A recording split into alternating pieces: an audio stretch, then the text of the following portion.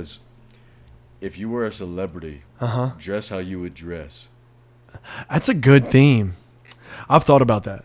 See, I've definitely thought about that. I just dressed how I dress. Yeah, I've thought about if I was a celebrity, what would be my style? Like, I get compared to G-Eazy all the time. Right? I can see it. All the time. I'm telling you, dude, if I had $1 for every time I've heard that, I'd be super rich. I'd be Bezos rich. Dude, so one time, funny story. So one time, we were in Alabama, and it was Memorial Day weekend. And so we're on the beach, we're partying. So we go to one of the bars on the strip down in Orange Beach. I can't remember the name of the bar, but we were leaving. And I mean, at this point, it's who knows what time it is, right? We've been on the beach all day. You know how it goes. And then you go home, eat a sandwich, and then you go straight to the bar. Eat anything at all. And you go straight to the bar, right? Flip-flops. And so the night ends, and I'm walking to the car of whoever's car we were getting in to get back to the hotel or to the condo. And this guy just bum rushes me, dude. This guy just runs full blast at me. I was like freaking out. And I've never seen this guy before. And he's like, dude, I can't believe that was you. I was looking at you in the night. I can't believe that's you. Bro, what are you doing in Alabama? And at this point, I don't know who he thinks I am. Right? So I don't know if he thinks I'm XYZ, right? And so I'm like, yeah, you know, we're taking a break. You know, right? We're out here, we're just taking a break. We got a week off of work. He's like, dude, I listen to your music all the time. I can't believe that's you. Can you take a picture with me? I still don't know who this guy thinks I am. But I don't want to admit that I'm not whoever he thinks I am. And so we end up taking a picture. This guy gives me a pen and asks me to sign his shirt. And so look, I signed my name. And still to this day, I don't know who he thought I was because he didn't tell me. So he might think that G-Eazy. Potentially. And I wasn't even wearing black, bro. I was wearing like a pink flamingo island shirt with like a bathing suit on or something. Watch this guy goes on porn stars and say G-Eazy's real name is Ty. I know, dude. Just expose him. And I feel bad about but I'm sure he gets that all the time. But I really do, bro. Whenever I'm not wearing a hat and if like I'm dressed up, like for my events, for my business, I wear all black. Yeah, dude. You look slick, bro. Yeah, I just wear the black suit, black pants with a black tee. It's like a perfect business casual, and you never clash with anyone when you wear all black. And so that's kind of my goal. And dude, I get told that when I like have my hair done and slick back.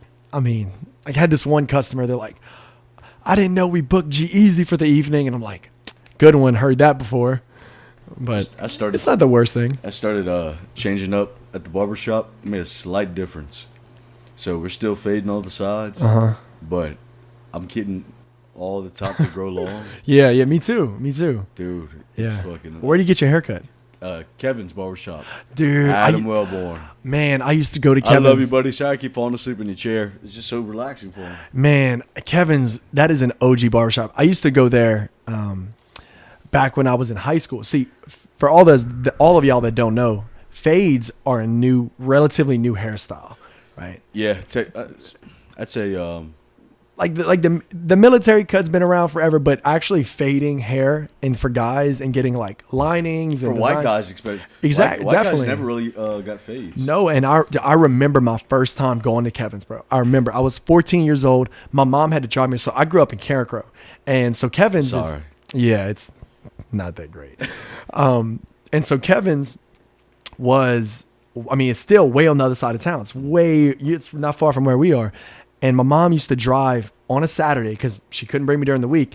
We used to wake up at 4 a.m. This is a true story. Wake up at 4 a.m. on a Saturday morning to be at Kevin's by 4:45 to maybe get a haircut at 7 because there were people already waiting that didn't have an appointment. I mean, I was a 14-year-old kid. I didn't know we had to make an appointment. So I'd wait at Kevin's from 4:45 to like 6 to 6:30 to get a haircut. And my mom would sit there and wait with me. Rock star of a mom. Like very fortunate to have somebody that would do that now looking back. But I spent a good time of my life at Kevin's. And then like from 14 to 17, I got a haircut at Kevin's. And then I transitioned to this barber in Carencro named Joby. Went there for a little while. Joby was at Kevin's. Yes, he was. Yeah. And then he opened up his own shop at his grandma's house in Carencro. And that was tight because no joke, dude, that was like a half a mile from my house. It's like, oh, dude, Kevin's barber coming to Carencro. Got it. You see, Joby cut my hair once. We used to go for football season because they had a guy named Marco. Yeah. That's who cut mine at Kevin's. Marco did all the designs. We did Spartan helmets. Amazing. The dude was amazing. And speaking of going early at 4:45, so during work, I go every Friday, but I go at around 8:30. Mm-hmm. So that way 9:30 I have to be at work at 10. Yeah. Then one day I missed because I thought I scheduled my 8:30. Uh-huh. I mean my 9:30. I just thought I put it as a 2:00 appointment.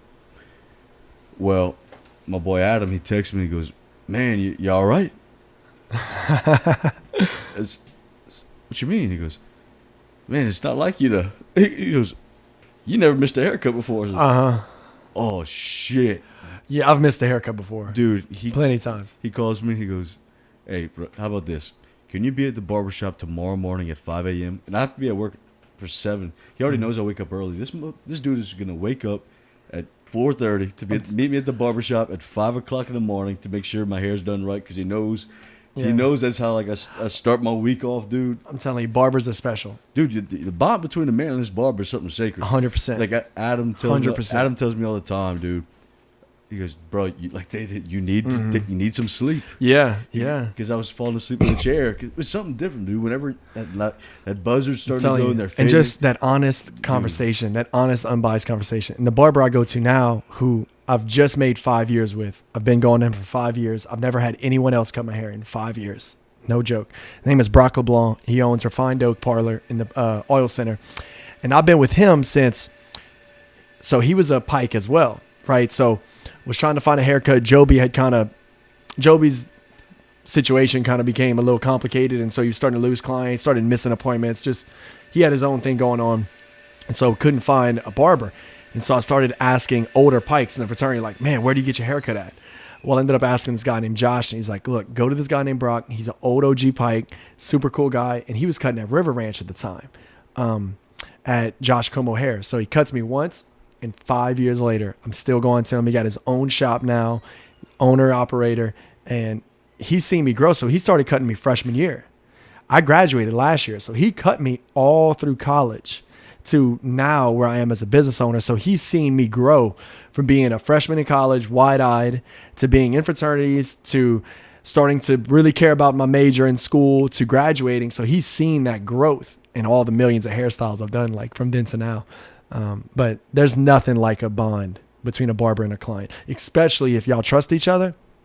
I mean, I've been to his house. I've seen his kids, his wife, You go to Adam's house almost every Saturday. Amazing bond. You can just vent. You can just tell him, no matter how silly it is, no matter if it's about mental health, if it's about a girl, which the girl 9 times out of 10 it was, right? Your barber Anything, should get paid to be a therapist, man. They are, dude. They really are.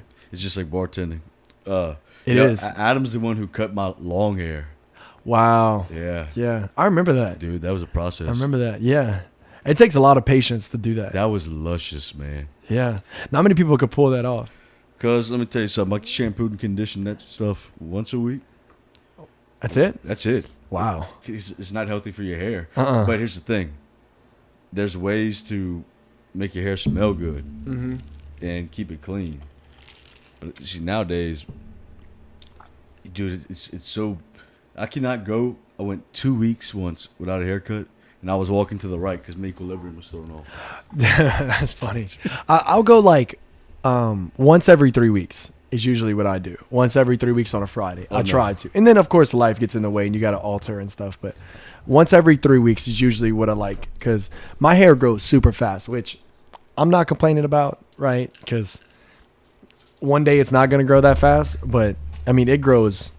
Yeah. I've got about, from haircut, I've got about 6 to 7 days before the lining's ruined because my hair grows that fast. And so I'm constantly like, the amount of money I've spent on haircuts is just absurd, but I need it and I will always get it. And it does something for me and for my health and for my mind. I need it. And there's nothing like it. Oh, it's literally included in my budget. It's a bill. 100%. It's a bill. 100%. I don't even count it as a bill. I just count it as like, this is tied. I write it off. It's like a in my, it absolutely a necessity. Yeah. You look good, you feel good, and people you look good, you play underestimate good. that. You look good, you play good. 100%. It's a big dude. Like I go to the grocery store now. and I make it a point to look good when I go to the grocery store. Yeah, it's like an airport. You just have to. You got to get a haircut before you hop on a plane. You never know when the first Mrs. X Scott Davis is going to walk through that door. I get it. Yeah, dude, I totally understand. We were talking about that earlier. The marriage thing. That's a good way to transition to that. Yeah, right here. yeah, man. And Oof. my thoughts on so I own a photo booth company, right? So I'm constantly at weddings, right? Weddings has been our bread and butter. It's what got this business off the ground. It's got it to where it's at now. And I've been to a lot of weddings in the last 4 months, right? I've been to like over 20. And there's something magical about weddings, but there's also something scary about them, because at that point you're committing to either this person is going to be who I live and who I grow with and who I die with and who I raise a beautiful family with, or this is going to be the hardest breakup of my life. And so there's something special about weddings on either side. That's why the constitution of marriage is crazy, right? So I actually know somebody who has been with this person, a couple. They've been together 20 years and they never got legally married. Mm-hmm. They were engaged. He proposed. They did all the fun stuff. They held a wedding, but they never legally took it to the courthouse. And they're happily together. And I think that works because they didn't put finances and legality in between love. And that is something that will tear it apart. Yeah, I could see that. I know quite a few people that are like that, to where they're not going to get it legally. Yeah. But I'd be one, if I did decide to get married, which we're going to get to that. Yeah. In a second. We'll talk about that. I'd be one that would 100% be perfectly fine with saying, I want a prenup. Uh-huh. I don't think prenups are bad. I think it became bad lately. I think this whole prenup, 50% of everything, that I don't know where that came from. I don't think a prenup in any way signifies a lack of love. I don't think it signifies a lack of trust. I don't think it signifies a lack of hope. I think it's just, if something were to go wrong, I don't want our futures to be derailed because of it. Humans are unpredictable. And that's it. Like, there's nothing wrong with it. You said something that kind of resonated for a second. You said you either look at it, because I love going to weddings too, dude. I have caught the garter 6 times, dude. They're 6 great. times I've They're caught that garter. great. And they've all been I love nothing more than, whenever I do weddings, whenever I officiate them, I love nothing more than standing there next to my buddies. Yeah.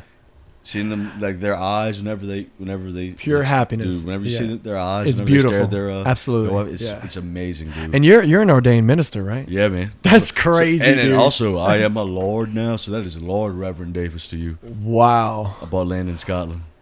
Really? Yeah. Is that wow? So does that make you a Lord? Yeah. That's incredible. I'm declaring my plot a sovereign nation, and that is incredible. Taking over every other plot. You kind of remind me of Tyrion Lannister from Game of Thrones. But Tyrion. Like he lasted. Spoiler alert, sorry, but he lasted the whole time. Tyrion. Yeah, he was arguably the smartest one on the show. That's true. Top 3, if not. I like that. I'll take that. He was a lord, and then he wasn't, and then he was a again.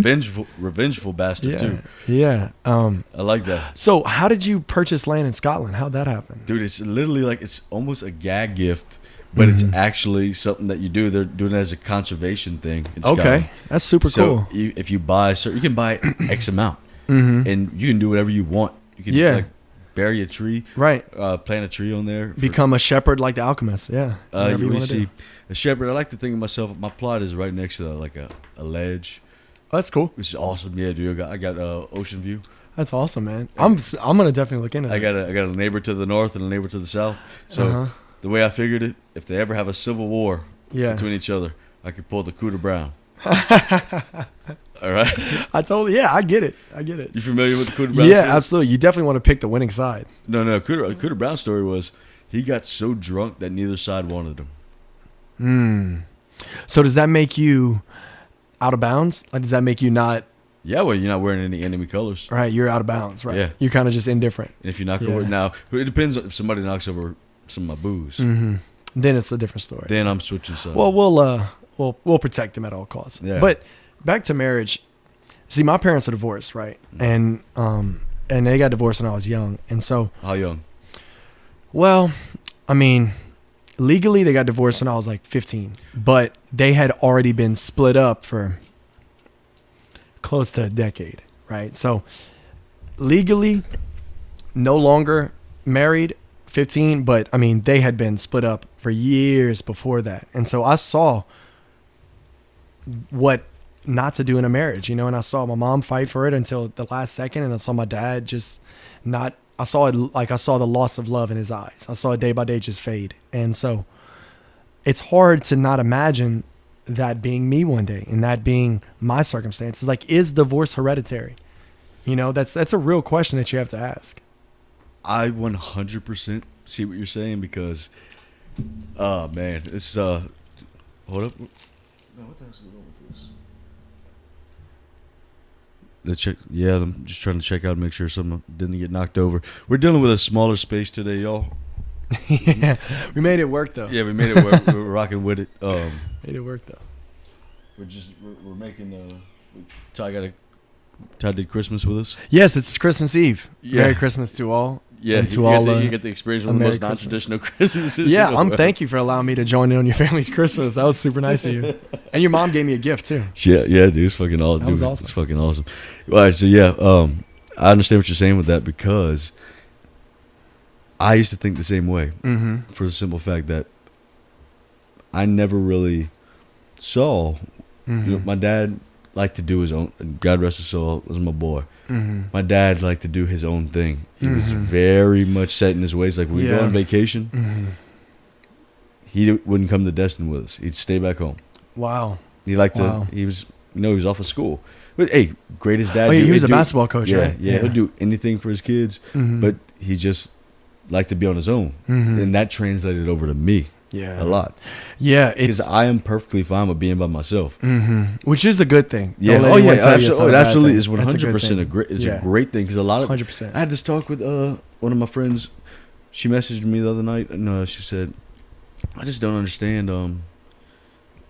They're going through like a tough." I said, "Look, nothing I tell you is gonna help you get through a breakup." I said, "But at the end of the day, you do have to kind of get comfortable with being. You have to get comfortable with being by yourself because you'll never be comfortable with someone if not." And I've literally said this line on every show I've done since day one. You cannot rely on somebody else to be your source of happiness. That's you right. have to be happy already and go into a relationship to share 100%. that happiness with that person. 100%. I could not agree more. I have said that every single fucking show I've done. Absolutely, absolutely. And I've been living in a 1-bedroom apartment for over 2 years, and there's nothing, and I love having company over. I love having a guy over. I love having a girl over. Any type of company, whether it's a friend or where it's a girl I'm interested in or a girl I'm dating and with. I love having that company, but there is a bliss to being alone and to being yourself. And if you can truly find peace in being alone, then you'll always be happy with others. Yeah, absolutely. But one has to happen for the other to happen. And I think a lot of people find themselves in the rabbit hole of bad decisions. It all comes back to not being able to be alone. So they just settle for whomever wants to come, whoever wants to be around them. They just settle. And that also takes me to, I learned to say no in 2021. And I never, ever used to say no. And I finally learned how to. And I learned how to say no the right way. And in a polite way, but in an affirmative way. And saying no has changed my life. I became a yes man. I was one for so long. Well, no, like a yes man in terms of whenever your buddies call you and say... Yes, because I was so afraid of being that bad friend. Well, no, I wouldn't. Now, if I have stuff to work on, obviously, but if I know I have some free time, I don't come up with excuses now. I would come right. I would come up with excuses to not go to try out to and numb leave. the no. Yeah. Right. I mean, that's pretty much why. Now when I say no, no means no. That's it. I don't have to explain myself. No, I don't whatsoever. And I'll explain if, depending on the circumstance. Right, right. Depending if it's something we planned, then I'm most likely yes, to say you have to do that. But if you just hit me up an hour before to go do this or to do that, and I don't want to, the answer is no. And learning to say no, and I think that's the most powerful word in the American English language is no. Mine's fuck. as fuck. But seriously, like, no is such a powerful word. It can move mountains if said at the right time. And I love it. And I say it all the time. I never had a problem really saying that. I had a problem over explaining myself. Yeah, and that's kind of like a byproduct of it. Nowadays, whenever somebody over explains themselves, I'm like, all right, bro, I already, I get it. Yeah, but you're human. Like, you don't want to be a bad friend or a bad boyfriend or a bad anything, a bad coworker, right? If you hung out with your coworkers all week and then Friday comes around and they want to go bowling, for example, you don't want to seem like a bad coworker because you had to spend most of your time with these people, but you don't want to go bowling with these people. So you kind of get put in that middle spot. And that's just an example, but learning to say no was one of the biggest things I learned. See, I like to take my my employees out to Corner Bar after every hour. Oh, dude, it's my favorite spot. Shout out Corner Bar. Youngsville Corner Bar. Okay, I go to Lafayette more just because it's closer, but I have been to Youngsville plenty of times, and I love them both. I'm a huge Corner Bar fan. Love Corner Bar, dude. I think that was very interesting how you said that about marriage, because I told my mom, I had this conversation with her. You know, given my dad, like I said, greatest dad in the world, did everything. They always provided for us. I never really saw what it was like for, until Mom and Bill started dating. Yeah, Mom and Bill, like that marriage couple, that married couple that you see your friends growing up. Yes, yes, yeah. We could go into that. Yeah, absolutely. I told them, I said, now I see how a relationship works, which is maybe why, I grew up seeing things a different way. And maybe it did have an effect. Maybe it didn't. It's also like the cheating aspect. They say if somebody grows up and they see that one of the parents is cheating, they become fine with it. Yeah, because it's your reality. Wow. Yeah, that's yes. I love psychology, man. I'm telling you, we are so much like our parents. We don't even know it. And that's something I'm learning. I'm telling you, I learned so much about myself throughout the pandemic and throughout this last year of kind of like out of the pandemic, things getting back to normal. But I learned so much about myself. And one of the things I learned was saying no. And then another thing I learned was how much alike I am to my parents, truly, in so many different ways.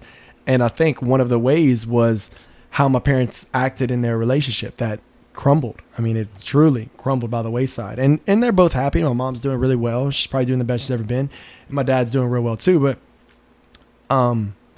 seeing how they interacted growing up really put a new mindset and a new vision into, man, is this relationship supposed to look like? So I never was taught how to love a woman because I was never shown that, right? I was never shown how to love a woman from my dad. And I'm sure if I'd had a sister, she'd say the same thing. She would have known how to love a man, right? It's really... Well, no, I wouldn't say that for my sisters. I just say, I didn't mean to cut you off. No, it's totally fine. So I was an only child, right? So just me, mom, my dad. I don't have any siblings. And so I was never shown what it's like to have a home. We always lived in a house, right? There were times, I mean, of course, there were good times. It wasn't always bad, but for the majority it was. And so I never knew what it was like to have that home where there's love in the air. It was always walking on eggshells. And so I learned to be alone because I was alone. I mean, dude, like my 9th birthday, and to everyone wondering, this is totally normal in South Louisiana. At like 9th birthday, I got a key to stay home alone, right? Like my parents trusted me, right? That's totally normal, right? As I was like 9 or 10 staying home alone. But I did that through those formative years, like 9 to 16, I was staying home alone like 5 days out the week for a few hours at a time. Yeah, right? Like from 2 to 4 or 2 to 5. But I'd come home and I'd see my parents arguing. I think I took a lot of that relationship into how I formed mine. And that's why I've had, a few bad breakups in my life, is because I never was shown the correct way to do it. So once I started really taking the time to love a woman, it was trial and error because I never saw it done correctly. One thing I can say about it is that I looked at spending money and doing. So here's how I say I was like my dad. Whenever my dad was during the summertime, man, was laying out in the pool every day. He enjoyed his time off. That's awesome. I was dating somebody. I enjoy my time off. Whenever I'm off for 2 days out of the week, I want to spend my time relaxing. Yes, with my dog at my house. Shout out your dog. Great dog. Apollo Creed. Apollo is an passed out amazing right there, dog. boy. Yeah. I want to spend my time doing that. And I realized at that point, and I was talking to my ex. Mm-hmm. I'm like, I never really, dude, I rarely date. So I can go back and know exactly what. Oh, me too. I've had 4 serious girlfriends in my entire life. Yes, I don't date unless I'm serious. I've had 4 too. Yeah. Dude, I've had 4 Yeah. too. Yeah, 100%. And I've told, And that's just who I am. It's who I am as a person. it's crazy. I said, look, I never really, whenever we finish things off, I said, look, I'm sorry I wasn't able to kind of understand how this thing goes. You know, I got complacent, and at the end of the day, I figured That's a killer. I figured out that it wasn't that I like to be by myself in terms, which I do. I love it. The best relationship advice I ever got was from my mom. And I never get relationship advice from women. I never do. It's like you never ask a fish how to catch fish. Never ask a woman. And I'm serious. I'm serious, guys. Do not ever take dating advice from a woman. Don't ask a fish how to catch fish. Do not ask for. Because every woman's different. But do not ask for dating. Bad advice. Is bad Come advice. to me. I actually figured it out now. Yeah. I mean, that's where we're gonna get back to the marriage aspect of it. But I told her. I got complacent with it. I did. I stopped doing the things that, like, going out to eat. Buying flowers. Yeah, buying flowers. Yeah. Stopped going out to eat. And it's a fucking process, It's a snowball effect. It's a never-ending process. You Yep. have to continue to court your woman. Yep. Now, when we talk about me and you talking about the whole marriage thing, I wouldn't look at it as that'd be the hardest breakup of my life if something went wrong, because what you fear, you attract. Ooh, I agree. The Secret. So I've read it 500 times. If you like went into that, Yeah, it definitely is. But we something. also are human, and we do anticipate the worst. yeah, but dude, I saw some kind of TED talk about some guy talking that you should the hell no. Got a bite? Oh, small. My boy Colin. Sorry, Colin, if What's you're seeing up, this, Colin? I'm in the middle of doing somebody. I'm gonna call you back. I'm probably gonna call you back in about 2 hours, but It's all good. so I started realizing that okay, you can't go into something scared. You can't overreact to things. I agree. But relationships, 100%. I'd say dating in our generation is completely different. Oh, yeah. Absolutely. Social media was the worst thing that ever happened to love. Yep. Absolutely. Yep. 100%. Now, but also we talked about this last night. I said my Uber driver and I. All right, Dude, I love Uber driver conversations. my Uber driver is like a. I love Uber He's driver he conversations. was a 74-year-old, and he said that his buddy, and him and his buddy's girlfriend, set him up on a blind date. At 74 years old? No, whenever they were younger. Okay. And he was driving in the front seat in their convertible, 2 in the back, and he told him, "All right, man. Well, he said he's getting out the car to go walk the girl to the car, Yeah. and his buddy saying, "No, stay in the car. Just wait. Uh-huh. He said it required them to open both doors to the house for this girl to get out. Oh, boy. And he said he floored it. Then he stopped and he kicked both of them out of the car. Oh, boy. And that girl never made it down the step. That's tough. But That's that's tough. the thing that we have. We don't have to worry about blind dates anymore, because think about it. Right. Yeah, that's a dead. Names. That's dead. That whole Names? that's dead. Yeah. Oh, dude. Blind dates are dead. You look at it. That's it. It'll never exist again. Right. I mean, that could be fun in a sense, but if you don't have social media. But I mean, if you aren't doing a Facebook search of the person you're going to meet, you're crazy. Be Yeah. honest with yourself. Yeah, You're going to dude. at least, if you can't find them on Instagram, I get it. I have several friends that don't have Instagrams, but they have Facebooks. Mhm. And so you telling me you didn't go look at the Facebook? There's nothing blind about You're blind lying dates your anymore. ass off. You're lying Especially your ass off. in Lafayette.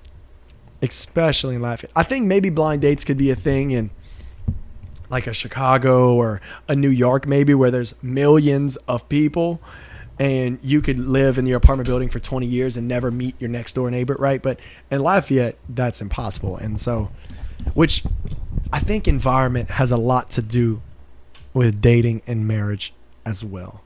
I think where you are and who you are status-wise in a city has a lot to do. And me, like, having a business where it's customer oriented 99% of the time, I'm having to speak to customers male and female, I'm having to create these interactions. It's difficult for somebody to trust me because I'm always working. Like, I'm a workaholic, right? I work 24/7. And so if I'm talking to someone, there's such a thin line between, oh, why were you talking to her? And I was working. You know? But do you, I mean, you had to deal with that?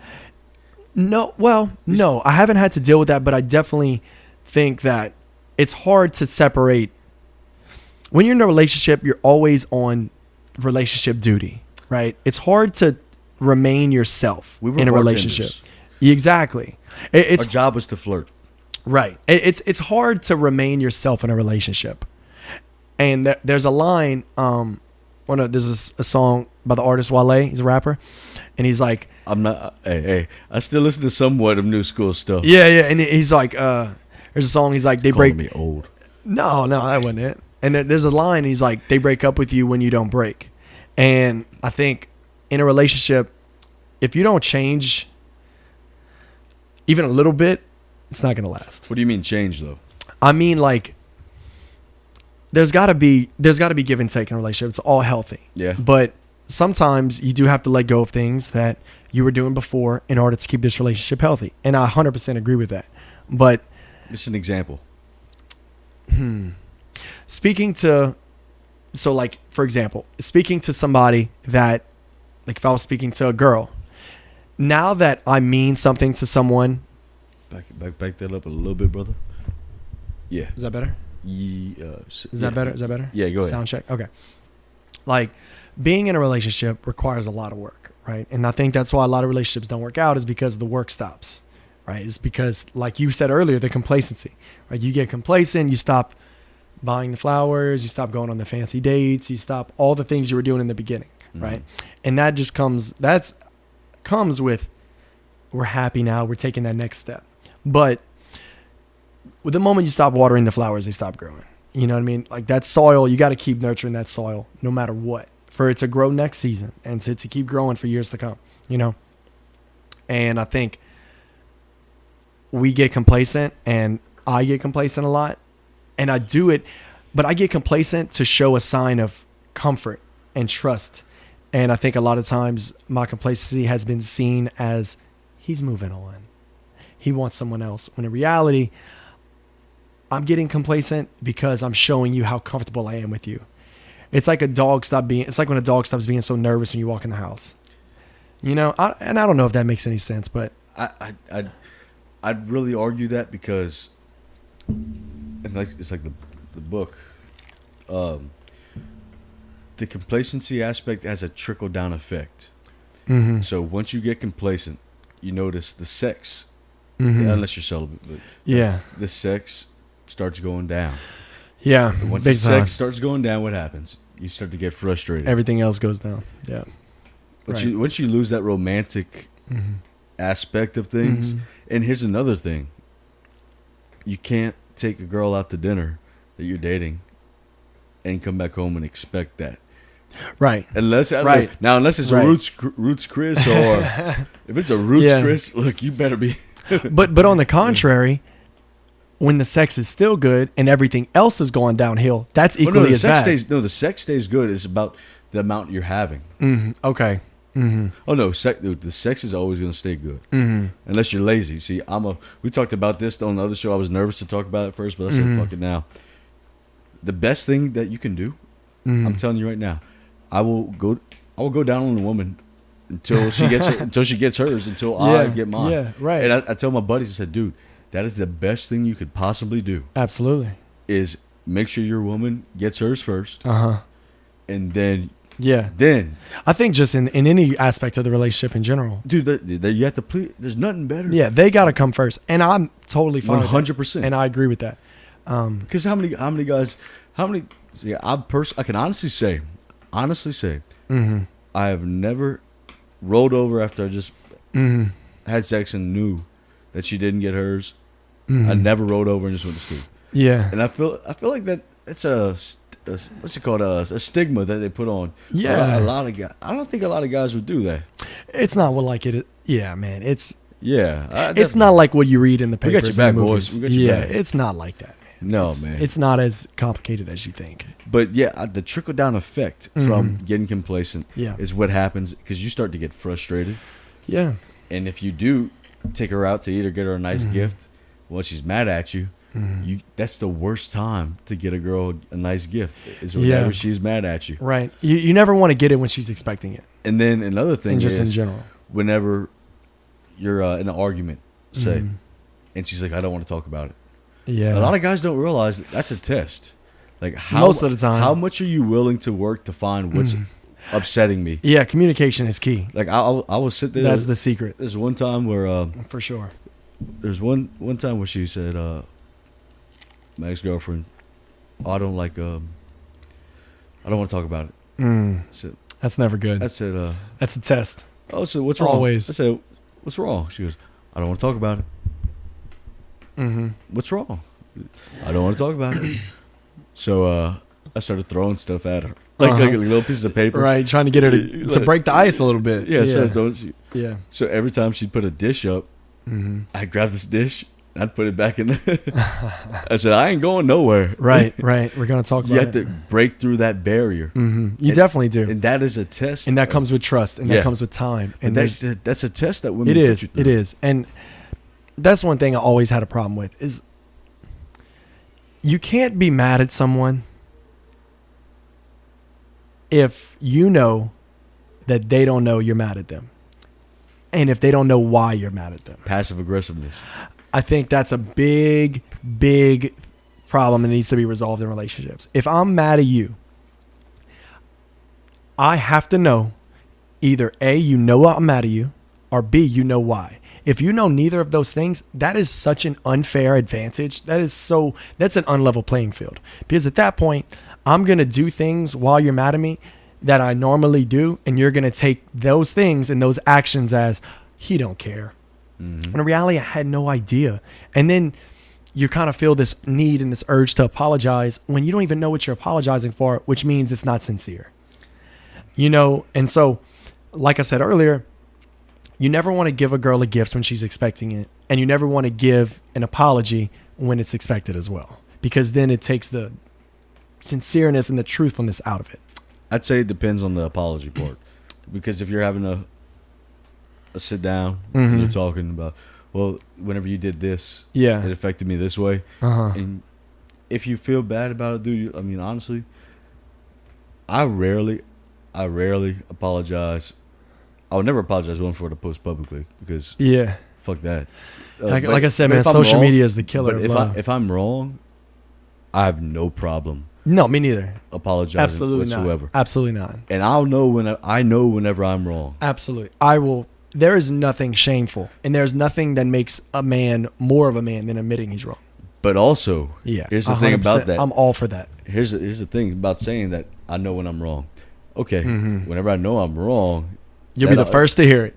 That also means that if you're gonna say sorry, how do I put this in the right way? The right way, because a lot of guys will say, "Oh, I'm never wrong." If you never apologize for something, there's no way you're 100% right all the time. Yeah, no, that's super unhealthy. Yeah, no, that's not right. Right, you're eventually gonna make a mistake. So I guess we're back on that. We're talking about that. Say how it trickled down. It trickles down into things like that. I think a lot of people have lost the ability to have that fight within them to fight for something because I don't think people rush into relationships nowadays. No, I definitely don't. I think there's a lot of social media scoping beforehand. Yeah, definitely. Why? Okay, you go down their timeline or you go down their feed or whatever it's called. You go down their post and you're like, okay, he or she posts this frequently. What does this mean? And then you start to get in your own head, and it's because social media creates this false identity of someone. And it's like, just because she posts a lot of pictures, perhaps in like a bikini, doesn't mean that. Or if he posts a lot of pictures shirtless, doesn't mean this. And so just because she has OnlyFans don't mean she wants to fuck you. Right. It's so rare that true relationships start these days and last. It's so rare. And I think it has a lot to do with social media, and it has a lot to do with the access to information at our fingertips and how drama sells. And what's better than getting the latest gossip from this person who has a lot of followers and this person a lot of followers who are together and now they're broken up. And one more thing to add. This is for the guys, and I mean girls too, but the most for the guys. Fellas, okay. We can notice a chink in the armor. We can figure out if a relationship's going south like that. Mm-hmm. It's an ability. We all have it. I have it. Every guy has it. I'm not going to sit here and say, I'm not going to pretend like guys don't have it. And that is the problem with social media, is that we have to update the world and to let them know like, oh, hi, I'm single now, or hi, she's single now. And it's like a wave of attention all of a sudden. And attention isn't the cure to a heartbreak. Nope. It is not. Period. You got to experience those emotions. It is not. You got to deal with that stuff. Yep. You got to heal from the inside. And that social media attention, whether it's me, whether it's somebody else, that's not the cure. At all. Would you say, actually, before I ask you that, I have two people coming on that are adult film stars. I think you told me that. So you have some porn stars coming on the show? For lack of a better term. One's a big time. That is incredible, man. And then another one is big on OnlyFans, like top. And they're going to be here in Youngsville? Yeah. Wow. So that is incredible, man. It's not going to be. It's going to be coming up within the next few months. That's incredible, man. And I'm not saying names. Have the whiskey ready. I have two big OnlyFans stars coming out at the same time though. Yeah. So that's going to be very interesting. And OnlyFans, man. Well, I have a lot. I have so many questions, but what I wanted to ask you is, do you think that I see a lot of people who have OnlyFans say, just because I post this and that doesn't mean I want to fuck you? Yeah, I understand that. Mm-hmm. But do you think you're setting yourself up in a way by doing that? It's like a porn star. Mm-hmm. Shows you have a high sex drive. Mm-hmm. Maybe. I looked at the requirements to be a porn star. Yeah, I'd imagine that's one of them. Yeah, have not. Would you say that by doing the OnlyFans thing, that already puts a stigma that you are what you want people to think you are? Yeah. I'm going to answer that question and say no. And I'm going to say why. And it's because nothing on this planet sells like sex. People will buy it. Prostitution was the first job. It was in the Bible. The first profession that mankind has ever seen was prostitution. And I think sex sells. And I think some people have figured out how to monetize it. And so more power to them. Absolutely, dude. More power absolutely. To them. I mean, fuck a 9-to-5. You have to be comfortable with yourself. Yeah, completely. I mean, if you don't want to work a 9-to-5, which fuck that, why not?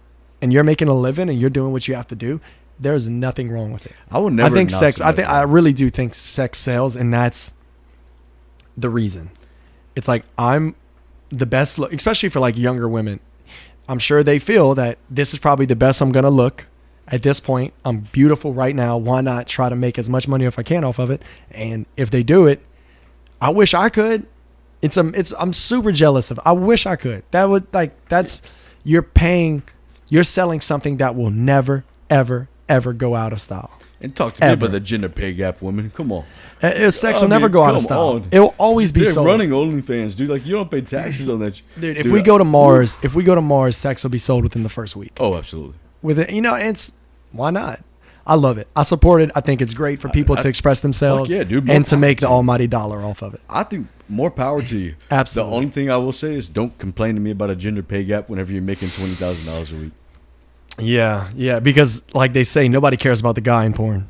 No. You give a fuck about what the guy looks like. No, just remember that. What was that movie? That's like the one place for women where there's a double standard. There was that movie. Crap. It was with the guy who plays the cop in Batman Rises. Oh, Jordan Michael. Yeah. You're on the right track. What a great trilogy too, man. And it was called. Rest in peace, Heath Ledger. Yeah, dude. Greatest acting performance of all time. Yeah, he'll never. What was that movie, man? It's about him. He had an addiction to porn. He just kept jacking off. And Margot Robbie was in it. Okay. But he had an addiction to it. Mm-hmm. And crap, what was I saying about that? I'm not sure you were just talking about how the cop from Batman. I don't know where you were going with that. Yeah, no. He was in this movie where they're talking about, the porn aspect. Like sex is always going to sell. This and that. Always. About the gender peg and how they don't care about the men in porn. I'm with you because let me tell you something. Oh yeah, that's what I was getting at. It. Yeah. You don't care about the man in the porno. I get it, Dude. The woman should definitely make more. He had a No question. He had a line. That's not work for that said, guys. he had a line in the movie that said, "Every time I'm about to finish, I'm about to finish, and the guy's face pops up. Fuck. Yeah, fuck. Right? Yeah. I think I would lobby for women making more than men in porn for sure. Oh, for sure, dude. 100%. 100. Yeah, that's a crazy industry, man. Women are the most beautiful thing on this planet. Absolutely. Beautiful thing on this planet. Absolutely. Now, would you say? Let's get back to. Would you say that one of the reasons that you're not? All right. Here's my stance, folks. So get ready. Here we go. I don't think I want to get married anymore. That's a tough one. I really, and my mom, my sisters are like, you just haven't found that right one. Of course. Okay, well, look. And they could be right. They could be. They could be.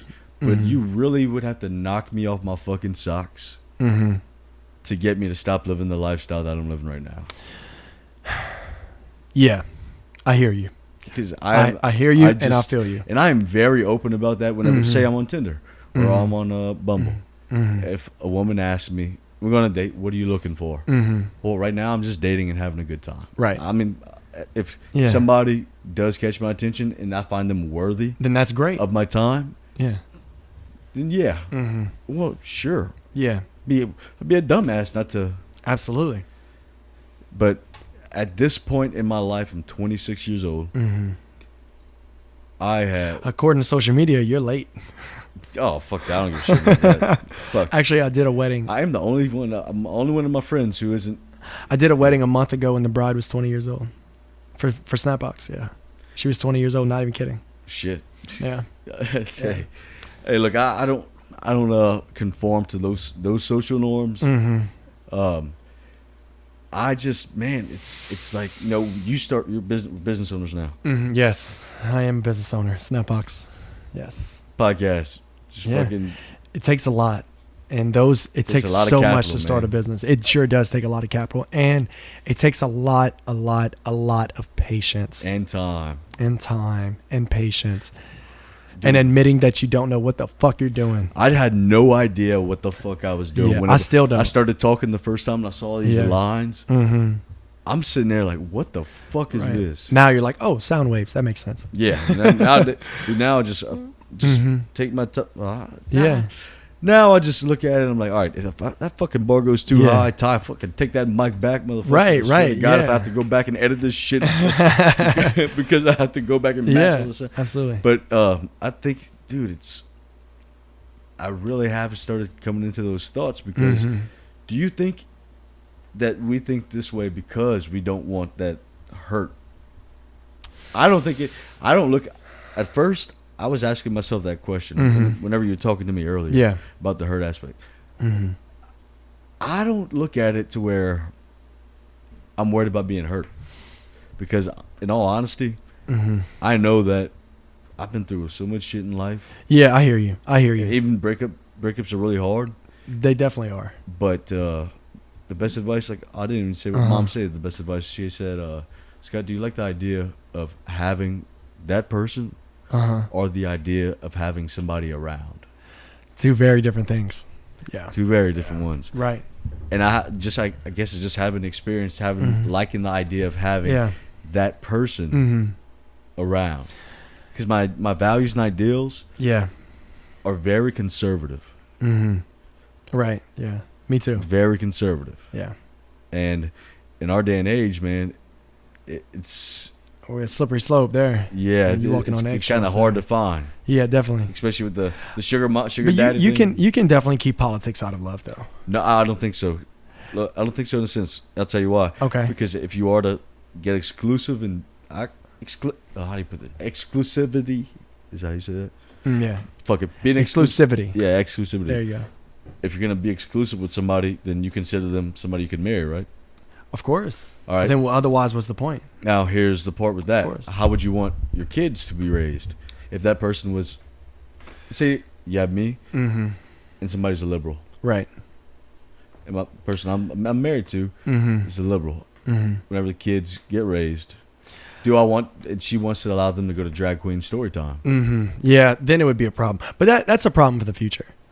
But that's the whole thing, though. Yeah, I hear because you. your values and your principles Mm-hmm. play a part. It definitely does. It definitely does. But I think that love will trump and triumph any sort of views. I think you have to. I think politics has Mhm. been such a polarizing thing. Because love existed before politics were a thing. I know, but still, I think Way politics before. have played such a huge polarizing role Mhm. in our society now. It definitely does. So I think I in the don't younger think- generation, we're a little bit we're kind of able to escape it just because we're in our 20s and we're young. I think your point that you're making is more applicable to people in their 40s and 50s and 60s. Then it would be probably a problem because then it'll influence in their work. It'll influence in their job. It'll influence in their daily habits. It'll influence in how they drive on the street. But I think as young 20, like I watch politics, but I don't really know what the fuck is going on. see, I'm all Right. You're in it, but yeah.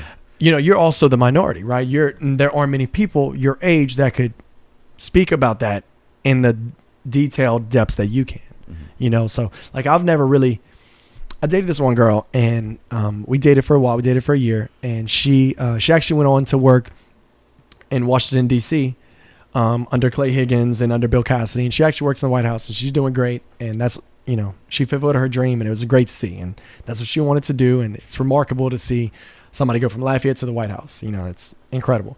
But really, other than her, I haven't really had the political conversation to a point where it made a difference, right? Like I've been around girls and I'm like, man, I can't believe this person said that, or I can't believe she said that. I can't believe they just passed this law. And that conversation goes on for a few minutes, but then we move on to something else, So I definitely think if done correctly, love can exist without difference in beliefs up until the drag queen story, right? But that's a problem for the future. Well, also that's a long time away. It's different because back then what you're saying could apply because I had no idea who my parents voted for until Same. This, I was just a Republican because mom and dad were, but I didn't know what a Republican was. My mom and dad are independent. Yeah, they voted Democrat and Republican. Both of my sisters are liberal. Mm-hmm. Yeah. I was just Republican by choice, but really, now- because that's what mom and dad were. But I didn't now know what that meant as a kid. the political landscape's switching. Mm-hmm. It's turning people more to the right, which I love. So whenever Yeah, people go far left, I'm saying, thank you. Please keep going. Please keep going far left. The But extreme. with the dating aspect, dude, I've been on dates with liberals, and don't get me wrong, I've hooked up with plenty of girls who think differently than me. Yeah, of course. Absolutely, dude. I mean, shit. I don't give a fuck about that, but obviously it's just a hookup. Right. I mean, we were clowning the other day. Dude. How do I put this? Oh boy. And it's best not to even say it. Okay. But We'll talk about it after. Yeah. Yeah. But I've dated a few girls. I dated a liberal once. Mm-hmm. Now I also noticed if you date somebody who's younger, your influence on them of your political views can be pretty heavy. Yeah, okay. I could see that. Pretty heavily. I haven't dated anyone much younger than me, but I could see that. Yeah, I dated some we had a 5 like a year at 5 most, year age but like gap. that doesn't count. 5-year age gap. Yeah, see that's different. 26 and 21. Yeah, that's you're way. I mean, I'm 24, and who I was at 21 is a completely different person. Yeah. So I can only imagine the 26 just gap. in terms of who I was at 21, I'd say definitely politically, I could have gave a fuck less. I remember. No, that's when I first started. I started getting involved at 18. Yeah. Just it's in my blood. My grandfather was mayor of Youngsville. It's just I get it. Yeah, of course. But like I said, you're also the minority in that sense. There aren't many people that feel this strongly and have had those familial ties to politics, like you have, like having your grandfather be in politics. It plays. I vote for who I think is right. It is what it is. It plays a role. I can't do much about it. It plays a role because at the end of the day, so you're gonna say it. I use drag queen story time as an argument. Say me, like, all right, let's go with that route. Which is crazy how popular that stuff has become. Like drag brunch, how popular that has become over the so past few years. Say I'm dating a liberal or married to a liberal. I am not going to allow my kids to be taught that that is right. Yeah, I get that. And you and your significant other will probably have that conversation long before exactly. that day comes around. Exactly. Now, if she was more moderate, I could date a moderate. Couldn't date a liberal. Couldn't date a bisexual girl. We talked about that. We talked about that the other day. We did, yeah. Yeah, I mean, that's just the facts of the matter. I get it. I know what I totally understand. I know what I want. I made a funny TikTok video, dude. It said, I'm gonna go out and say I could. It said like Tinder. It said being a straight Christian Republican man on Tinder this day and age. And they have the 3 different like orientations and genders you can pick from. And I'm reading this. Pansexual, straight female. What the fuck does that mean? Asexual. Yeah. Queer female. The fuck does that mean? I don't know. Queer female. Well, wouldn't that make you a lesbian? Yeah, I could. I could probably. I could date a bisexual woman. I could. I could date her, but I could not see myself marrying her. There's such yeah. But there's so much difference. Like dating and marriage are so different in so many different ways. You know, I mean, every girl I've dated, and there's only been 4 serious ones where I've felt real, true feelings about, and it's 4 points in my life I thought I was gonna marry each one of those women, and I'm very blessed and fortunate to have felt that, right? Because love, when it's done correctly, is the best. It's the greatest feeling in the world. But you know, I obviously didn't marry any of them, but I've definitely felt that. And so if I were to ever develop those feelings again for somebody that was different than me, I could live with it up until an extent, of course. But I would keep politics away from it as best as I could unless it became a problem, right? Like I wouldn't be able to date somebody with blue hair, right? That's just not my thing. But but like I could get, I could definitely keep politics out of a relationship. I think I could. Now, if I were to have a kid and we'd have like the whole, like your example with the drag queen thing, that would be an issue. But we'll cross that bridge if and when we get there. It's almost impossible for me to keep politics out of. Yeah, because it's who you are. It's your family. It's in your blood. Yeah. But, dude, I think that's funny. The blue hair thing. That's funny. It's not my thing, man. It's not my thing. But I've been some pretty high. Everybody has their thing. And I always make fun of the gender studies students that have the blue hair thing. But I know a few blue highlights that look pretty damn good. And I would love to be proved wrong. I love blonde hair is my thing. Blonde hair has always been my thing. So I stick to what I like. I stick to what I know. What do you think about this sugar daddy thing with a lot of girls that we know? Oh man, they living life on easy mode, dude. God, I'm jealous, man. I wish I could have one. But like, take a picture with the guy with the boat. I know so many girls that do that. I found out about so many. I know so many, and I know so many guys who do it as well, like that are the financier. I know so many. I know so many. How fucking self-unaware of yourself do you have to be the financier? I'm gonna give them a compliment here before I give them a. Of course, I'm making money. I'm gonna give them a compliment. I'm gonna give the sugar daddies a compliment here first before I go into the negative side. Let me say the compliment here. If you are alone, because money doesn't create style, and money doesn't create soul, and money doesn't create companionship. I know plenty of rich guys that are lame as fuck. Okay. Now I know many guys that don't have a lot of money that are the coolest people. I wish I could be around them all the time. I take my glasses off whenever I'm talking to you. Now I'm wearing deep. Ty, your deepness, your level of deepness, son, is man, astounding. I'm like in the movie Soul. You ever saw that movie? Damn, bro. You ever saw that movie Soul with Jamie Foxx? No, I haven't. It's phenomenal. It's a Pixar animated movie. It's great. It's very deep. Fucking got bags on my eyes. Yeah, you need to take a nap, man. What time's 3:05? I'll probably take a nap at 3:05 in the morning. So, when it comes to men who are paying girls to be around them, and that can come in many different forms, whether that's buying her dinner, whether it's buying her clothes, whether that's taking her on trips with you, whatever the form of it is. if I'm ever, when I become, because I mean I'm on my way now, but when I become more successful to a point where I can do those kind of things, I'm gonna tell you this now. I would rather pay to have some sort of companionship, whether that would be coming on a trip, whether that would be eating dinner, whether that would be just hanging out in my house for a little house party with your friends. I would do that before I spend the rest of my days alone. Get a dog. Or I get a dog. Which we had that conversation at your Christmas table about the dog I want. Yeah, I want a corgi bad. And I want to name him Eggs. I've been wanting one for years now. We're going to have to get Apollo to come say hello. Yeah. So I think the dog thing could definitely work. But that's my one. Are they having sex with these guys? Maybe. I'd imagine so. I'd imagine so. Prostitutional adjacent up there. Right. It is. Yeah, I mean, kind of. I suppose. I'd imagine they are. But, I mean.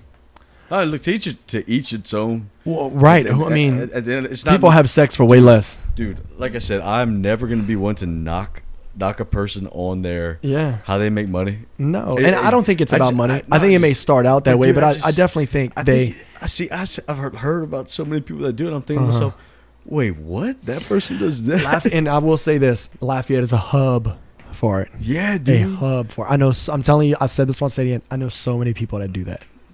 More power to them. But look, if you're one of those people and you're hearing this, look, at least throw me in ties. Like, definitely. I would love to live life on easy mode too. Our entire paychecks go straight to our straight back into. Yeah, right. So this business. Hey, look, I'll go have dinner with you for $300. It's an expensive dinner. I'll go have dinner with somebody for $300. It's an expensive dinner. Yeah, I hear that though. For a special occasion, for sure. You can't put a price on happiness and good times. And I think that's what, listen, and I think there's so many sugar daddies and sugar babies. Back it up a little bit more, bro. Okay, of course. Yep. Sorry about that. There's so many sugar babies and sugar daddies in Lafayette is because of the success in the city of Lafayette. There is so much money in the city of Lafayette. It is outrageous. There is billions of dollars in cash floating around the city of Lafayette. I guarantee it. I think that has a lot to do with it. This is a college town. UL is on the come up. I remember when UL was do you remember when UL was red and yellow in those colors and they were the Peppers and they weren't cool and Cajun Field was not nice? I remember those days. Now the Raging Cajuns are amazing. I'm a proud University of Louisiana alumna. I love it. Shout out Billy Napier for what he did for this school and this city and this program. But I remember the days when Lafayette wasn't what it is today, when it wasn't so hip and so culture driven and there wasn't a free concert you could go to every other weekend. See, I should have built a wall around Youngsville when I had the chance. Yeah, there you go. Youngsville's a small Lafayette, definitely. Youngsville's its own come up, son. Mm-hmm. Yeah. I love it, man. I love these little boroughs are finally starting. Carrico's the same thing. With the Amazon moving there, it's like its own little. I love the little boroughs are starting to grow. But yet Lafayette being the hub that it is for that, I guess one thing, me as a man, I could not be I could never pay for somebody to go out with me or to do stuff with me. I hear that. I get it. I think it's deeper than that though. It's either you like me and I've caught your attention and asked you on a date the right way. Mm-hmm. Or Lord knows there is a right and wrong way too. There is. Absolutely. Or I'm not paying. I'm not paying to fuck somebody, dude. I am not paying to fuck somebody. Yeah, I get that. Now, I don't think it's as concrete as that though. I feel like there's definitely some gray area in there. I don't think it's like hop in the bed, here's a paycheck. I think it's payment in the other forms of ways. Like you and her go to the mall and she says she likes shoes, so you pay for them, and then you spend time together. I think it's not as concrete as paying somebody to spend time with me. Yeah, I hear that. I hear that. I don't care how much money I have, how lonely I am in the future. And I think it's not about the dollar, to them. It's like not the fact that they spent XYZ. It's the fact that you got family they members? but are the family members become less and less family members with the more money you have? That's a fact. Unless that family's had money forever and you were born into it and your family's known how to handle it, like your mom was rich and her mom was rich and so on and so forth, then I'd imagine it's a different scenario. But if somebody starts the generational wealth and comes into it all of a sudden, then I think your family members are gonna start acting less and less like family members and more like debtors and beggars. I'd imagine. You know. See, I figured I'll just give each one of y'all $1 million and let y'all do what y'all want with it. Dude, let me ask you this: do you think if you gave them $1 million, would they ever ask for $1 million more, or would they just be content with that $1 million? If they ever ask for more, they could go fuck themselves. But that's right. But then that's a family member you're telling that to. It's not like a random stranger on the street. But my friends are my family too. So I mean, I feel that. I can like your family too. Mm-hmm. Yeah. I tell them the same thing. Yeah. No, I think that's definitely. Somebody gave me $1 million, dude. Yeah. And I didn't invest it. Yeah. Right. Dude, like, if I gave $1 million away. Shout out Northwestern Mutual. If I gave $1 million away, I would give you a list also. Oh, by the way, this is what I've been investing in.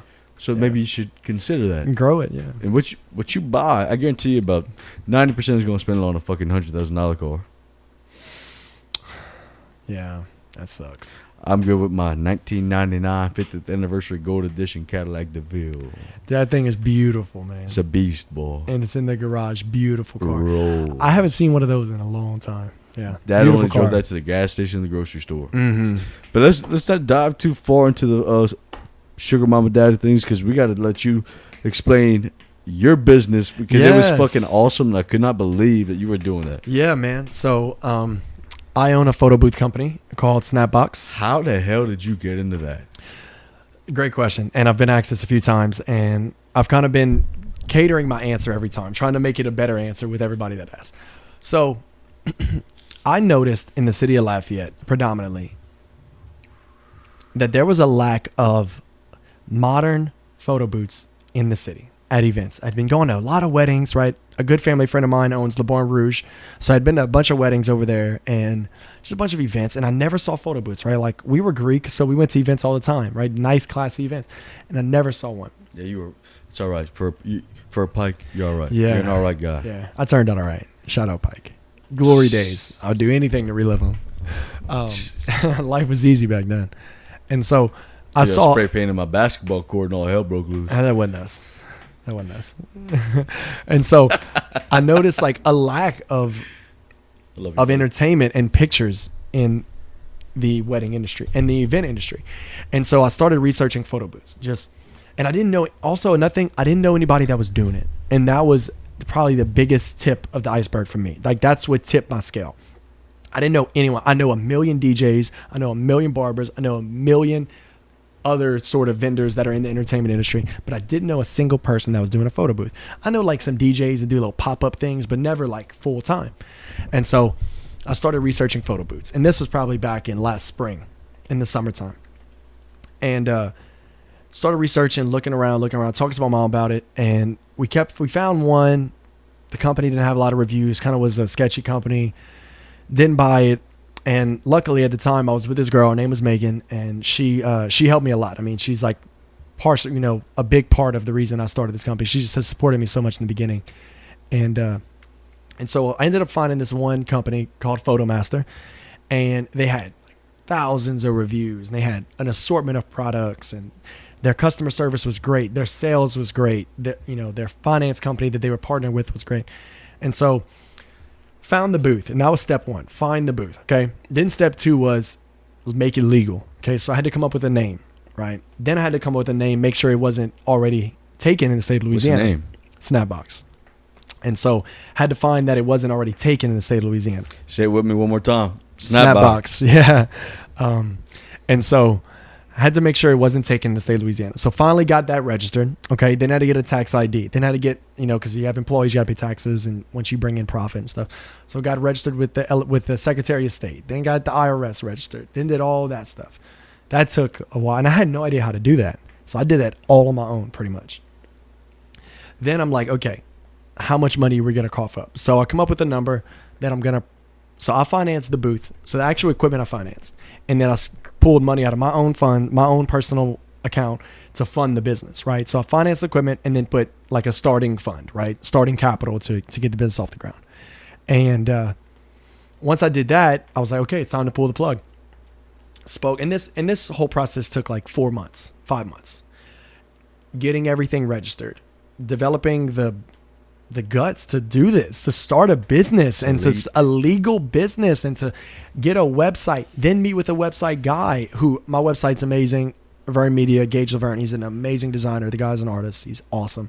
But like meeting with people that vendors and finding out, buying equipment, it's a huge process and it doesn't end and it's problem after problem. And my mentor actually told me it's a blessing to have problems. Feel sorry for those who don't have it. Early on. And so one day I was like, okay, I'm ready. So we were going to launch September 1st. I wanted to launch in Q4, but like around that time, Q3, Q4. I wanted to catch like the cool Louisiana weather where people are going to be having weddings, right? Weather's starting to go down a little bit. Mosquitoes are gone. We got to launch here, right? We got to, like, everything was timed. Launching September 1st was the goal, right? September 1st comes around, didn't launch. Had problems with the finance company. They sent back some rates that we didn't agree with. I had to go back and forth some negotiations. Fast forward, October 1st. I ordered the equipment.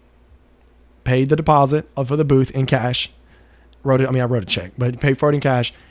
The equipment gets here. At this point, my website was already built.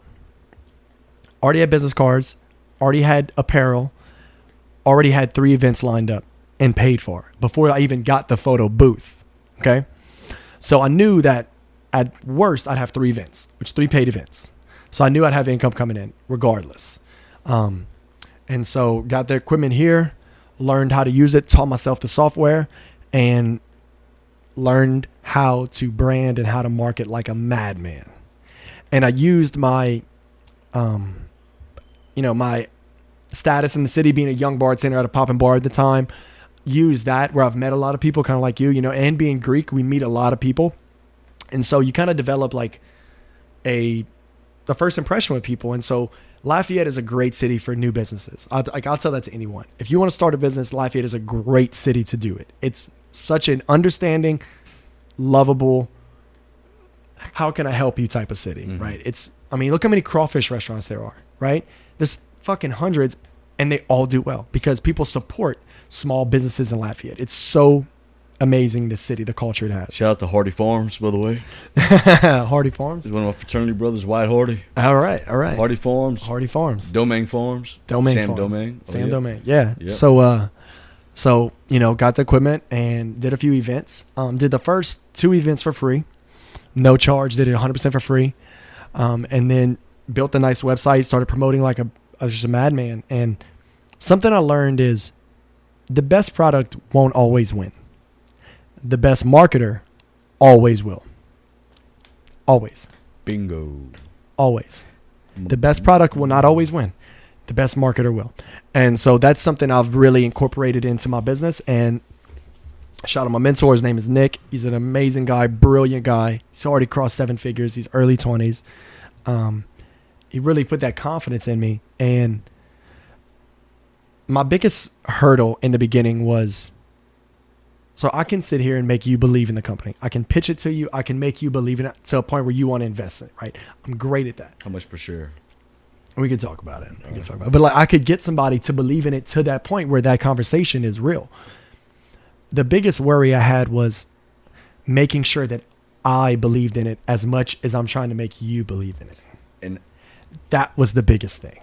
People I've gotten pitched ideas, but you can tell somebody who's passionate mm-hmm. about something that they're mm-hmm. doing, yeah, compared to somebody who's not, who's just trying to get you exactly a sales scheme. Mm-hmm. Like you preach a sales scheme all you want, but yeah, at the end of the day, like we came up with one last night, we had to make a beer run at the album release party. Yeah, and the guy goes, "Well, we can go to the neighbors because there was an army guy and a guy in the Navy." Okay, I said, "Well, here's what we can do."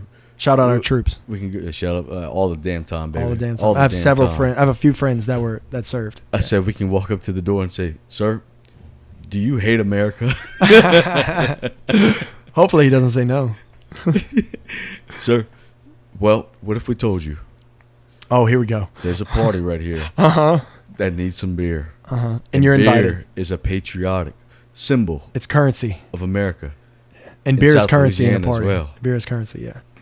Would you say that you love America by giving that party some beer? I got chills right now. Yeah. It's like some of this pen. So yeah, right. Yeah, some of this pen. Yeah. But with beer. With beer, yeah. He's brilliant. And that's really what I did, man. Because so my stepdad owns a air conditioning company, and he's been owning it for 40 years and super successful, and he's built a great living off of it. My mom's Christmas party at her work, they booked me, it was a couple weeks ago, for Acadian Amulets, or Acadian Social Security. And so he's in air conditioning. And while at the party, people are using the photo booth. It can't catch a break, right? People are taking pictures for hours straight, nonstop. I went up to him and I said, hey, his name is Daryl. I said, Daryl, there's two things on earth that people will always buy. He said, what's that? I said, air conditions and memories. And I'm providing memories. And people will always buy it because pictures are still a thing. Printed pictures are still a thing to put on the fridge, to put into a photo album, to put on your wall, to hang from Gibson lights. It is still a thing. And Brilliant. People will pay for it. I bring energy. I bring happiness. Brilliant. I bring cheer. And I make everlasting memories outside of a phone. Because there's a certain... Bless you. There's a certain... I touched the pike. I'm sorry. Nah, classic. That was good timing. That was good timing for that. There's something about taking a picture on a photo booth versus a phone. It's a different feeling. It's a different pose. And when you see it come out and you see technology work, it's a beautiful feeling. And that's how I started this business. We're almost in January, so 4 months ago, and we're already in the 5-figure range. I want to stop you real quick.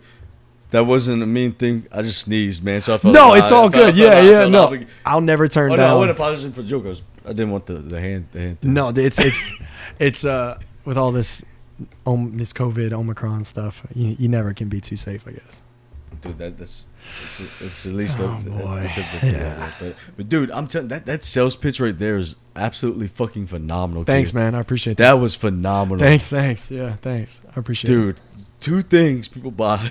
Dude. Air conditioning memories. That was slick. They'll never live without it. Yeah. Thanks. That was slick. Appreciate it. Hot damn. And dude, you've always been very creative, man. Mm-hmm. As long as I've known you. Let me tell you something. Let me tell you a story. I used to work for a company. I won't say their name. I won't say the company's name. No free advertising, motherfuckers. No shot. I worked for a company once, and they blocked my creativity severely. They blocked it. They put it in a box, and then they burned the box. There is something special about having freedom and creativity. Let me tell you something. Money is on the other side of two things: fear and creativity. If you can get past those things, where you can accept the creativity and accept, I thought, like, my website color palette is yellow and blue and orange, right? And I was like, that's not like the most manliest colors, right? That's not like super manly, but I was like, that's what I thought would look good. And it allowed me to express that creativity. Allowed me to say, this is what's going to catch their eye. Yellow is an attractive color. It symbolizes this and that. And so it allowed me to be creative. And that's why this business is the perfect first business for me to get my feet wet as a business owner, as a marketer, and as a leader, and as a boss. Because it's a creative business. There's fun associated with it. This business will die if the fun stops. There has to be joy and excitement in this business. So that's why I thought this is the perfect way to get my feet wet. You don't want to start a concrete company for your first company, right? You kind of want to get your feet wet in lighter stuff that doesn't take as much stress to get off the ground. And so that's why photo booth company, and we're a media company. We just have a photo booth, but I've changed my logo. I can't tell you how many times. Mm-hmm. I changed it so many times to where I found like the guy with the Modier's famous for that, and what he's done. And, Sedge. And listen, I take a lot of inspiration from him. Sedge and Cotton, dude. The confidence that he has in his brand is unmatched. Oh, dude, and I admire that. Cotton. Let me tell you something. No one can tell him anything, and I love it. Cotton, I admire it. It's probably my favorite thing about it. Ass, dude. Cotton. It's so hard. And I know Sedge is awesome too, man. It takes a fucking big jump Great guy. Especially clothing, dude. Especially clothing. I mean, we thought we took jumps. We did take jumps. We took Yeah. huge. I dropped out of school for this. Mm-hmm. Yeah. That's what it is. And But he was definitely an inspiration in the confidence aspect. When I Oh, saw yeah. like You have to have it. he'll post his stuff on his personal page all day, every day, and not blink twice. And it's because he believes in it. And that is the most contagious thing on this planet is belief. I think mindset. He believes in it, so I'm gonna believe in it. So you're gonna believe in it, and it just spreads. Mindsets are contagious Yeah. to this day. Which Energy is contagious. Oh, dude, absolutely, 100%. Energy is everything. It's like whenever I walk into the restaurant, I Mhm. get in there early. Whenever my employees start coming in, Mm-hmm. they walk in, they see me just blah blah blah. They're gonna be worse. That's why I make it a point to have a joke of the day and a motivational quote. A joke of the day. A corny ass joke Uh-huh. every day. They'll roll their eyes over, but yeah, then they'll have a motivational quote. I have a joke of the day. Do you want to hear it? Yeah, hit me with it. You ready? Yeah. All right. Where do elephants like to hide the most? Where? In trees. Have you ever seen an elephant in a tree? No. It's because they're pretty good at it.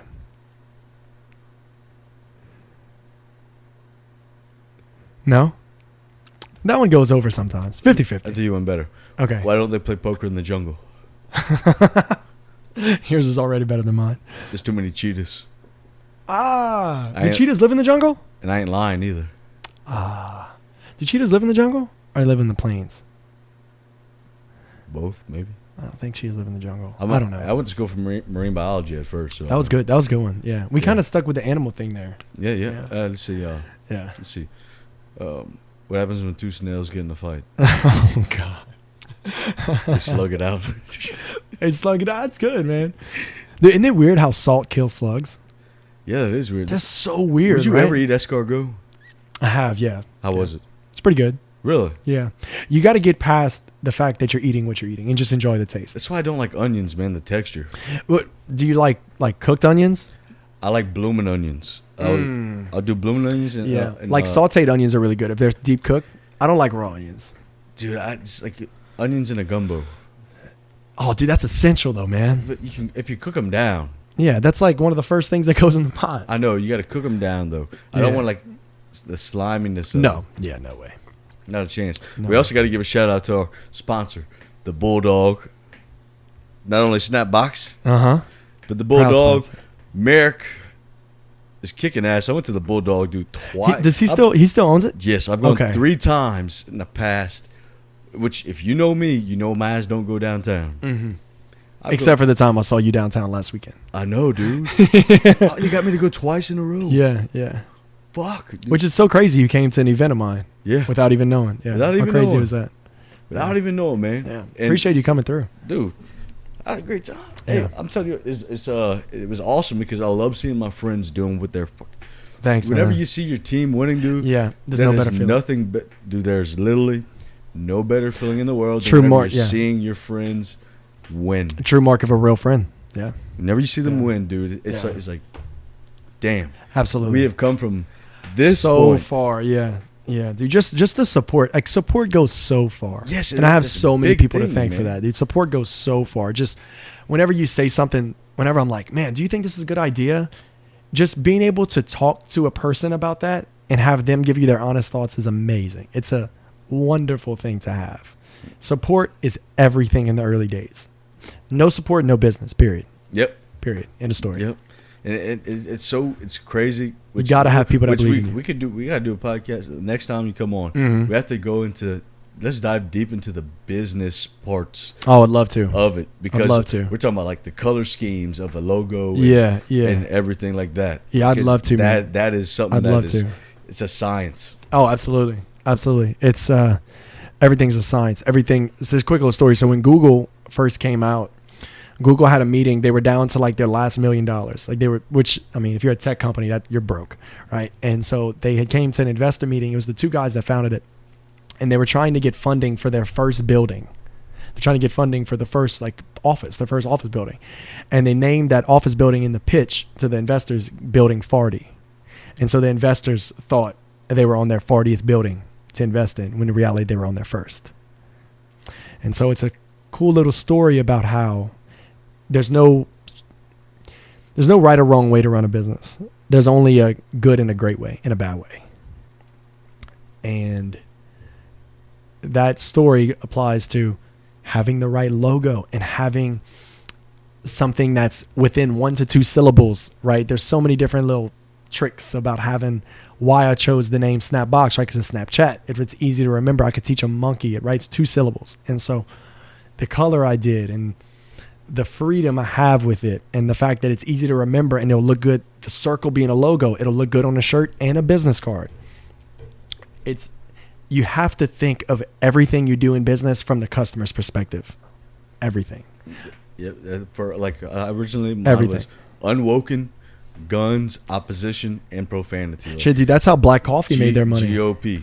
Like, oh, nice. Yeah. That's how, man, Black Coffee. Was that what it's called? Black Rifle. Black Rifle, yeah. Dude, that's how they made them guys, man. Oh, they're kicking ass. Ooh, them guys made a ton of money. I really have to get in touch with them about because I'm sponsored now by the Tactical Brotherhood, Marine-based company. Shout out to them. They sponsor my Instagram, and I have a brand partnership. Mm-hmm. So I'm gonna try to get Black Rifle in. Dude, those guys, man, they went from nothing to something fast. They're the second largest coffee company in America behind Starbucks. Son of a bitch. That's crazy. Pass up those commies. That's crazy. Well, hell, we're gonna end on this note. Ty. Yes, sir. Fucking awesome, bro. It was amazing, man. Thank you for having me on. It's fun, huh? Yeah, I loved it. Merry Christmas. Merry Christmas. Oh yeah, hey, bro. We still got some time. Yeah. We gotta check out. I gotta show you something after this. Yeah, absolutely. Plus, we got to talk stocks. We sure do. I'd love to talk about it. We can definitely, the next show, we'll do more business. I'm talking about stocks in Europe. Oh, yeah. So we'll talk that. Yeah, I'm definitely, because I'm going to eventually buy another booth, and eventually scale up and buy 2, 3, or 4 of them. So I see potential. I see potential in this thing. Yeah, man. Thanks. My accountant thinks the same thing.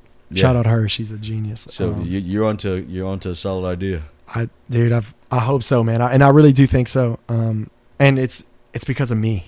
Like it's truly Bingo. because of me. My booth is amazing and the features is awesome, but you can't beat that human to human interaction, right? Just writing thank you cards to customers. Like we do that in my business, write thank you cards to everybody.